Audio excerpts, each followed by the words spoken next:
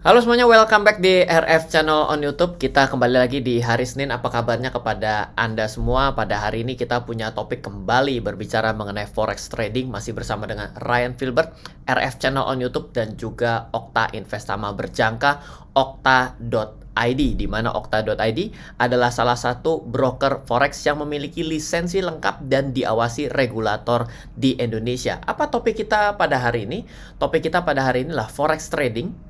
Itu strategi kita coba adukan dengan manajemen. Jadi lebih better punya strategi atau manajemen yang baik untuk bisa sukses dalam forex trading. Oke, sebelum itu saya akan informasikan lagi kepada Anda semua, bila Anda belum memiliki akun untuk trading forex, Anda bisa mencoba membuka di okta.id, www.okta.id. Ingat, jangan Okta yang lain. Kenapa? Karena okta.id adalah satu-satunya Okta yang memiliki lisensi lengkap dan terdaftar di regulator di Indonesia. Sehingga Anda bisa melakukan trading dengan tenang. Bila ada kendala, Anda gampang untuk melaporkan sesuatu, sehingga Anda bisa mendapatkan portofolio Anda bertumbuh seiring dari waktu ke waktu. Amin tentunya. Oke, kita akan mulai pada edisi hari Senin ini, yaitu apa Anda pernah mendengar sebuah pendapat bahwa tanpa memiliki suatu strategi trading yang baik, maka trading forex Anda akan gagal. Pernah nggak mendengar hal tersebut? Oke, kalau misalnya Anda mungkin pernah, dan saya juga akan tanya pertanyaan yang kedua. Atau Anda pernah nggak mendengar bahwa trading forex yang utama itu bukan bicara mengenai strateginya, tapi adalah pengaturan keuangannya, money manajemennya harus yang bagus dan kuat.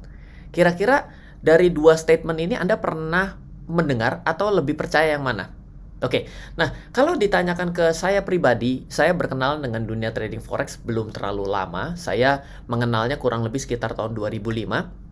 Namun seiring dengan waktu saya memperbaiki strategi karena pernah dalam satu waktu tersebut tidak mengerti dengan baik, sehingga akhirnya saya mendapati kekalahan. Tapi saya mulai menjadi teratur dan baik polanya sejak tahun sekitar 2014-an dalam transaksi derivatif ini. Nah, kira-kira apa yang bisa saya bagikan dari pengalaman saya selama ini dalam melakukan trading atas dua pernyataan ini? Ini ada jawabannya. Yang pertama, masalahnya adalah ketika Anda berbicara mengenai strategi trading yang baik itu maksudnya yang kayak apa? Yang mana strategi trading yang baik? Ada banyak sekali strategi trading. Bila Anda coba googling, Anda coba cari di YouTube, ada sangat banyak. Yang baik yang mana yang dimaksud? Anda yang pertama kali belajar, begitu mendengar kata-kata ini, ya oke sih, baik. Sama juga kita bicara begini, ada orang ya yang cantik lah. Cantik itu bagaimana? Saya selalu tidak bisa menyatakan berhenti sampai di situ. Kenapa? Karena hal tersebut menjadi sangat subjektif. Karena cantik menurut Anda belum tentu cantik buat saya. Baik bagi dia belum tentu baik buat saya. Maka apa yang dimaksud dari strategi trading yang baik? Nah, ini ada jawabannya. Menurut saya pribadi, dari saya belajar selama ini, maka kata kunci strategi trading forex tentunya yang pertama ya. Kata kunci strategi trading forex yang baik sebenarnya memiliki 3 hal yang harus bisa dijawab. 1, strategi itu memberikan entry-nya, cara untuk masuknya. Jadi ketika kita bisa memencet tombol buy dan sell itu ada jelas parameternya apa. Oke, yang kedua, memberikan strategi exit-nya. Jangan dikasih tahu cara masuk, tapi tidak dikasih tahu cara keluarnya. Berarti ini strategi yang tidak lengkap. Kalau cuma bisa masuk, tapi keluarnya bingung. Jadi, strategi exit-nya juga harus untung dan ruginya kita bisa tentukan dulu. Ada strategi yang jago sekali masuk, tapi bingung keluar. Ada strategi yang jago masuk, jago taking profit, stop loss-nya atau keluar dalam keadaan ruginya tidak jelas. Jadi, ketika Anda mendapatkan suatu kata-kata baik, oke, baiknya itu adalah checklist pertama. Harus bisa memberikan strategi entry. Yang kedua, harus strategi exit baik dalam keadaan untung dan rugi. Yang ketiga ini juga kadang-kadang miss. Yaitu setelah Anda mendapati strategi entry, exit dalam keadaan untung dan rugi, Anda harus mencari tahu strategi ini memiliki probability error dan success rate-nya secara rata-rata itu bagaimana. Kenapa? Karena strategi itu pasti akan terbagi, dalam pengalaman saya, itu terbagi menjadi 2. Yaitu adalah counter trend atau following trend. Jadi counter trend itu dia lagi turun. Kalau turun itu kan berarti kan biasanya kalau yang jual yang untung dong. Kalau jual kan berarti kan turun itu makin untung. Sedangkan kalau lagi naik, berarti yang beli yang untung. Bener nggak? Nah, counter trend itu ketika turun, Anda malah suruh beli. Sedangkan ketika naik, Anda suruh jual. Counter trend. Following trend, kalau lagi turun, disuruh jual. Kalau lagi naik, disuruh beli. Mana yang bagus? Nggak ada yang bagus. Semuanya sama bagusnya. Selama Anda mengetahui 3 dasar yang barusan kita bahas. Nah, berbicara mengenai probability success rate-nya, biasanya untuk counter trend itu memberikan success rate lebih tinggi. Sedangkan untuk following trend itu memberikan success rate lebih rendah. Wah, bingung nih Ryan. Oke, karena saya juga nggak mau setiap video itu menjadi sangat bertele-tele dan panjang. Saya sarankan Anda coba untuk akses aplikasi MyRF. Anda bisa download di Android dan di iOS. Seperti yang ada di kanan layar Anda, itu ada sangat banyak sekali pada kategori belajar trading forex. Dari hari pertama kita membahas bersama Okta.id sudah tersusun rapi. Jadi silakan Anda coba cek sendiri bahwa di sana kita sudah mencoba untuk mencari kata kunci strategi yang baik itu dengan berbagai macam sudut pandang. Dan tidak ada yang selalu berhasil karena pasti ada probability error, dan tidak ada yang selalu gagal. Kenapa ya? Karena probability error itu ya akan dengan sendirinya akan membuat suatu strategi itu pasti pernah menghasilkan keuntungan dan pasti pernah menghasilkan kerugian. Oke, saya tidak bisa menjustifikasi yang mana yang terbaik. Silakan Anda coba sendiri. Tapi pada video kali ini saya juga akan memberikan contoh. Nah, di layar Anda saat ini sudah ada satu buah chart yang akan saya coba demokan bagaimana caranya kalau orang berpikir secara counter trend. Oke ya, counter trend ya. Baik. Dan kalau misalnya Anda juga ingin tahu, setiap hari Rabu di RF Channel dan juga di fanpage Saving Saham, Anda bisa mengikuti live trading bersama saya dan Okta.id setiap jam 7 malam. Jadi, kalau Anda mau tanya langsung dan ingin dijawab langsung, Anda bisa ikut live trading juga, ya. Oke, nah, sekarang langsung saja di layar Anda sudah saya siapkan. Ini sedang apa? Sedang turun. Yang namanya counter trend apa tadi? Counter trend itu adalah justru melakukan suatu tindakan sebaliknya. Kalau sedang turun berarti kita beli. Nah, kalau kita beli counter trend, ini bisa sebagai alasan untuk entry. Buy. Long. Kalau nggak buy namanya long ya. Kalau sell, short. Oke. Nah, kenapa ini bisa diambil ya? Karena pertama dia sudah membentuk reversal pattern. Waduh, reversal pattern apa Ryan? Oke. Anda mesti cari referensi lain dari video-video yang sudah saya buat. Kenapa? Karena kalau saya buat ini menjadi satu kesatuan, maka Anda siap-siap untuk mendapatkan 2 hari. Karena biasanya kalau saya buat trading camp, itu untuk belajar technical analysis, itu 2 hari full. Karena memang materinya tidak bisa cuma satu persatu, tapi Anda juga harus mulai bisa secara perlahan-lahan menambah pengetahuan ketika Anda mau belajar daripada trading yang baik dan benar. Oke, kita ulang sekali lagi. Di layar Anda adalah sebuah contoh chart. Setelah itu kita sepakat bahwa pada contoh kali ini kita akan coba mendefinisikan counter trend.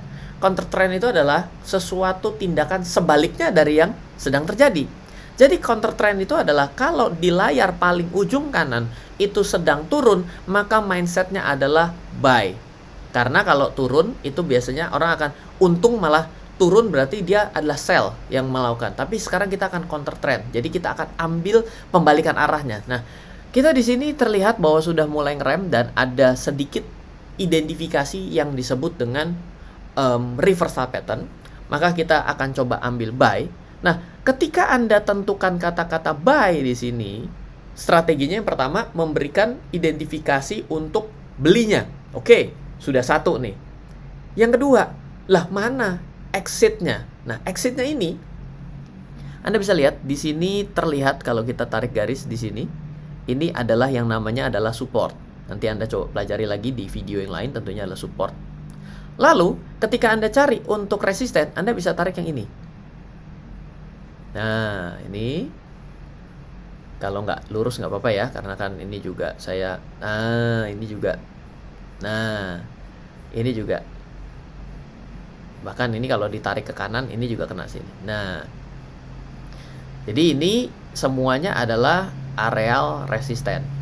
Jadi secara gampang dalam strategi yang kita gunakan di layar itu sudah menjawab, yaitu pertama adalah kita mengambil entry-nya sudah ada, exit-nya baik dalam keadaan untung dan rugi. Nah, kalau ditanyakan probability-nya, maka probability itu harus bisa dilihat secara, tidak bisa dilihat hanya dalam satu chart ini. Anda harus mencoba di chart yang lain. Namun biasanya ketika Anda mengambil konsep counter trend, biasanya suksesnya itu adalah di atas 50%. Berbeda dengan trend following. Trend following itu adalah biasanya sudah naik kita beli.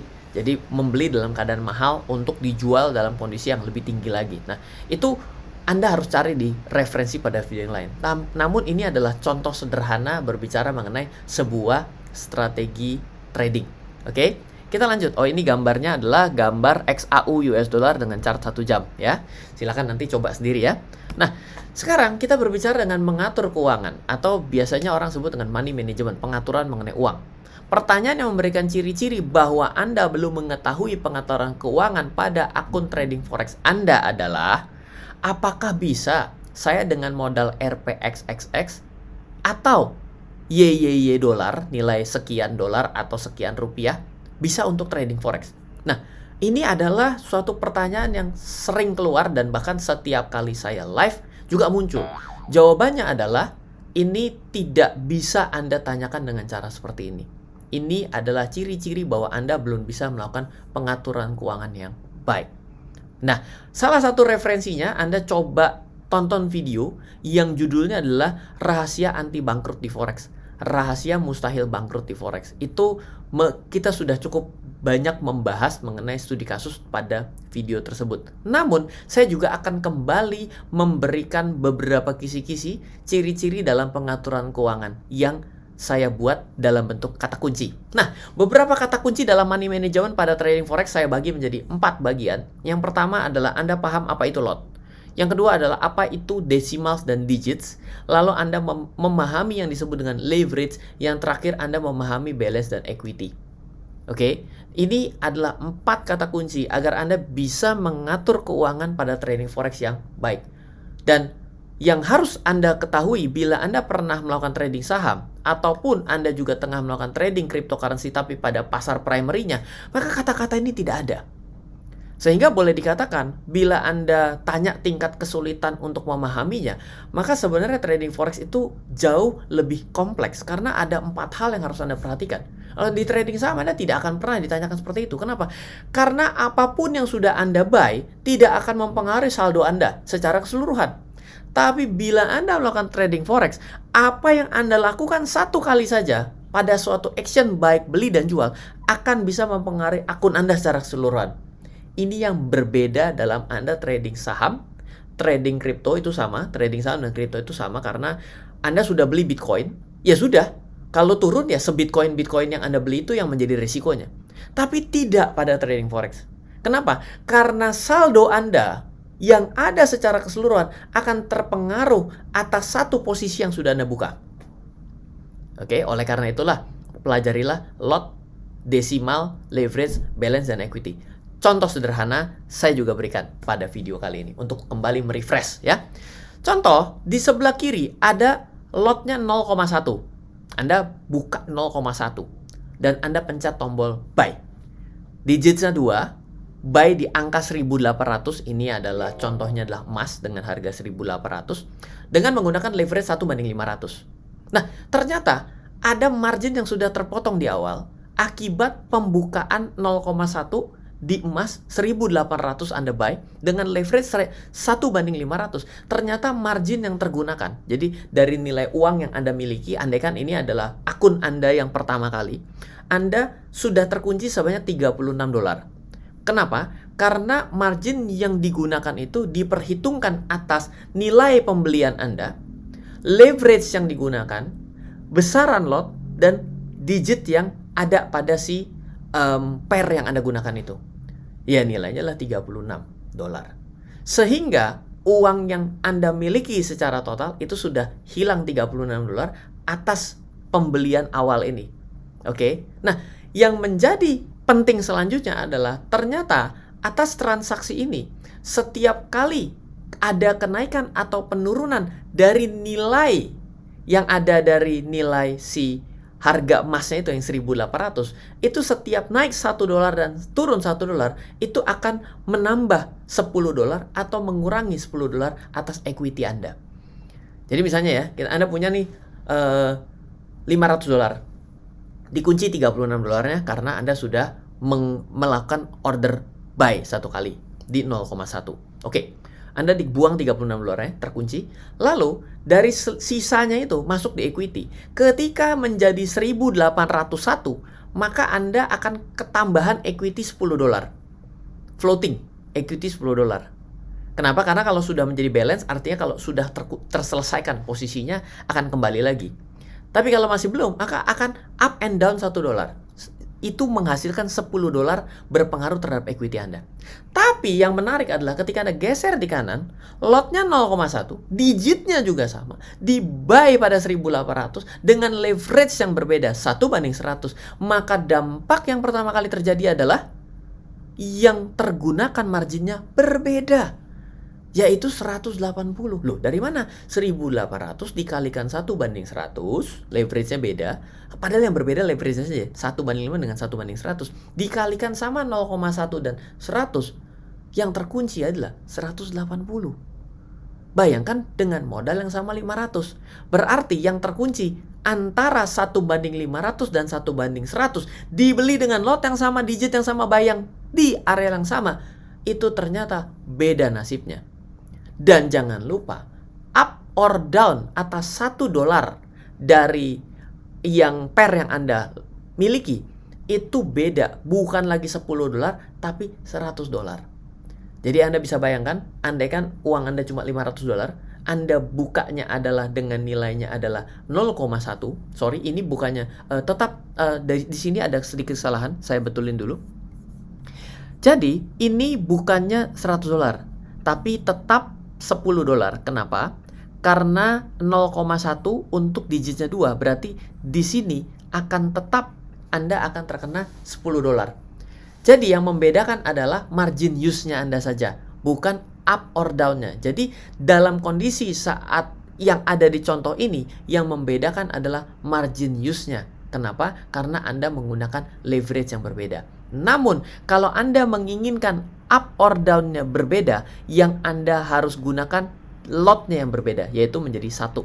Di sini 1, maka secara otomatis ini menjadi naik dan turun $100. Oke? Jadi, penggunaan leverage itu akan sangat berpengaruh akan margin use yang pertama akan terkunci. Tapi untuk up or down-nya akan terpengaruh dari besaran lot yang Anda gunakan. Semakin besar lot, maka yang berpengaruh adalah up or down-nya akan berubah. Jadi ketika Anda menginginkan ini $100, setiap up or down pada $1 daripada pair yang Anda gunakan, itu Anda gunakan 1. Kalau 1 di sini menjadi 100. Sedangkan kalau di sini 0,1, maka di sini menjadi 10. Maka secara otomatis kalau Anda menginginkan $1 naik dan turunnya, maka Anda bisa gunakan lot 0,01. Seperti itu kira-kira. Oke, mungkin itu saja untuk video kali ini. Jadi kalau ditanyakan dari saya pribadi, mana yang menjadi lebih penting? Apakah strategi trading ataupun money management? Saya rasa hidup ini tidak bisa hanya bergantung kepada satu hal. Hidup ini harus seimbang. Jadi, ya apa yang disampaikan pada video ini sebenarnya adalah seminim-minimnya Anda memiliki kata kunci yang kita sebutkan, yang sudah saya coba paparkan untuk Anda. Di mana untuk strategi trading ada 3 kata kunci, sedangkan pada money management ada 4 kata kunci. Sehingga dengan Anda menguasai 7 kata kunci itu, sebenarnya trading forex Anda sudah selangkah lebih maju untuk bisa mendapatkan suatu hal yang lebih konsisten dari hari ke hari. Itu saja dari saya kali ini, semoga memberikan manfaat buat Anda. Jangan lupa Anda juga bila tertinggal pada video-video yang lain, Anda bisa cek pada playlist di RF Channel, atau Anda bisa mendownload aplikasi secara gratis di aplikasi MyRF di Android dan iOS sekarang juga. Jangan lupa Anda bisa mendaftar di okta.id. Seketika Anda bisa mendaftar di okta.id, seketika juga Anda bisa melakukan virtual trading. Dan virtual trading ini adalah sangat bagus. Kenapa? Dalam forex, Anda bisa virtual trading sama persis dengan kondisi real. Ketika nanti akun Anda sudah Anda deposit dengan uang sebenarnya, Anda bisa trading dengan fitur yang sama persis dalam virtual trading. Lakukan virtual trading sebaik mungkin agar apa? Agar ketika Anda trading pada market yang sebenarnya Anda sudah terbiasa dengan baik. Semoga selalu bermanfaat. Dari saya Ryan Filbert, salam investasi untuk Indonesia. Halo, terima kasih sudah menyaksikan video di RF Channel on YouTube. RF Channel adalah channel edukasi untuk kita secara bersama-sama belajar dan mendapatkan aktualisasi mengenai investasi, keuangan, dan bisnis bersama saya, Ryan Filbert, dan tim. Add nomor WhatsApp saya di 0895 07 08 0789 0895 07 08 0789. Download aplikasi MyRF di Android atau iOS untuk mendapatkan artikel dan tema-tema khusus mengenai edukasi investasi, keuangan, dan bisnis pada aplikasi MyRF sekarang juga. Setiap bulan, saya bersama dengan tim memiliki kelas, mulai dari belajar trading dengan analisa teknikal, yang strateginya bisa Anda terapkan pada seluruh market, mulai dari saham, forex, hingga cryptocurrency, atau kelas investasi saham bernama Fundamental Camp. Untuk mengetahui kelas lainnya dan bertanya mengenai kelas, hubungi tim sekarang juga di 0852 882 6187. Sekali lagi, 0852 882 6187. Semoga terus bermanfaat. Dari saya Ryan Filbert, salam investasi untuk Indonesia.